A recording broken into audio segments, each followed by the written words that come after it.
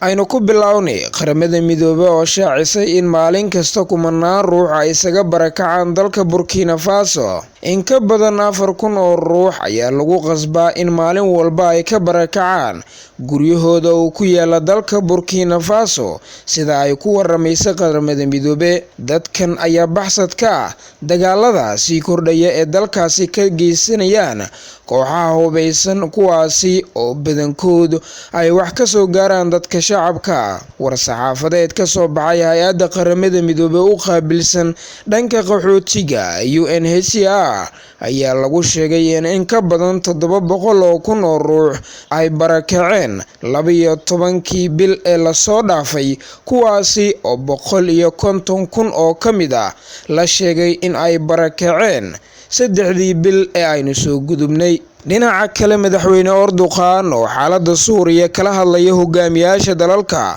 Ruushka, Faransiiska iyo Jarmalka. Madaxweynaha wadanka Turkiga Rajab Tayyip Erdogan ayaa sheegay in bisha soo aadan uu la kulmi doono hogaamiyaasha wadamada Ruushka, Faransiiska iyo Jarmalka si uu ugala hadlo xaaladda ka taagan waqooyi galbeed ee dalka Suuriya. Halkaasi ayaana militariga ay Moscow taageerto waxa ay dagaal kula jiraan fallaagada ku kacsan dowladda Suuriya, iyadoona weeraradaasi ay ku barakaceen ku dhawaad 2 milyan oo ruux. Hadalka madaxweyne Erdogan ayaa imaanaya iyadoo wasiirka difaaca Turkiga uu sheegay in hal askari looga dilay gobolka Idlib, kaasi oo noqonaya askarigii 16aad oo ciidamada Suuriya ay dilaan. Madaxweynaha Turkiga Rajab Tayyip Erdogan ma uusan sheegin halka uu ka dhacayo kulanka 5 bisha soo aadan uu la yeelan doono hogaamiyaasha wadamada Ruushka, Faransiiska iyo sidoo kale Jarmalka.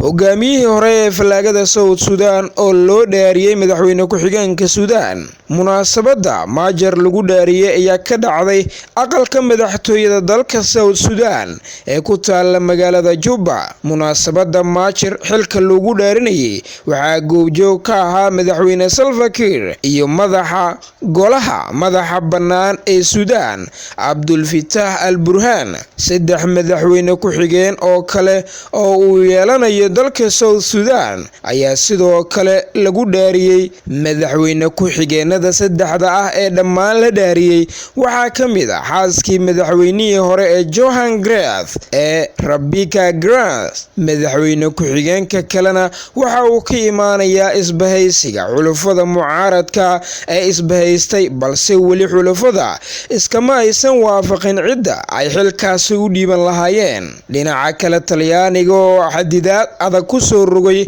goobaha lagu arkay caabuqa coronavirus. Dowladda Talyaaniga ayaa waxa ay soo saartay tallaabooyin culus oo ay ku xakameynayso in caabuqa coronavirus uu ku fido qaaradda Yurub. Ra'iisul Wasaare Giuseppe Conte ayaana gelinkii dambe ee Sabtidii waxa uu ku dhawaaqay qorshe degdeg ah xilli tirada dadka uu caabuqaasi ku dhacay ay sare uga kacday oo ay gaartay 79 qof. Tallaabooyinkani ayaa lagu soo rogay kadib markii 2 muwaadin oo Talyaani ah la xaqiijiyay in ay u dhinteen caabuqan dartii. 10 magaalo oo ku yaala gobolka waqooyi ee Lombardy iyo Veneto ayaa si adag waxaa loo geliyay karantiil. Ku dhawaad 50,000 oo qof oo ku sugan magaalooyinkaasi gobolada waqooyi ay mas'uuliyiintu weydiisteen in aanay guryahooda soo dhaafin. Master Conte ayaa sheegay in hadda ay mamnuuc tahay in la galo amaba laga soo baxo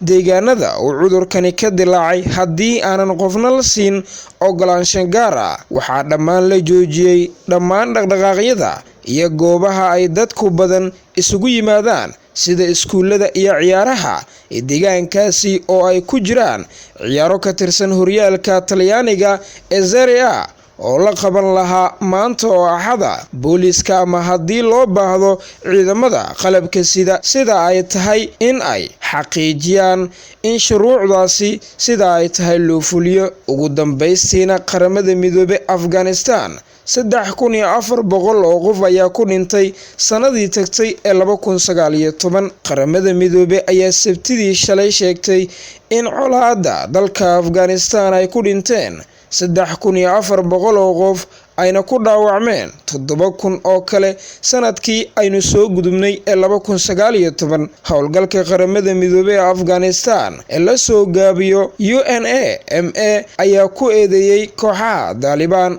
ISIS iyo weliba mintidiinta kale inay sabab u ahaayeen 49% dadka geeriyooday. qaramada midoobay ayaa intaa ku dirtay in ciidamada taabacsan dowladda ay kuwa isbahaysiga uu Mareykanku u jiro ay sababeen 43% dadka ku nafwaayay colaadda Afghanistan sanadkii hore, halka 6% ay sababsadeen isku dhacyo kale. warka qaramada midoobay ayaa imaanaya iyadoo heshiis xabad joojina muddo 7 ah oo loogu yareynayo colaadda ay shalay gelinkii dambe ka bilaabatay dhaqangalideeda Afghanistan, taasi oo wadada u xareysay in Mareykanku uu heshiis nabadeed la saxiixo kooxaha Taliban 19 bishan, taasi oo lagu rajo weyn yahay in ay soo afjarto colaadda 18 sano jirsatay ee dalkaasi oo noqotay tii ugu waqtiga dheereed ee uu Mareykanku ku lug yeesho.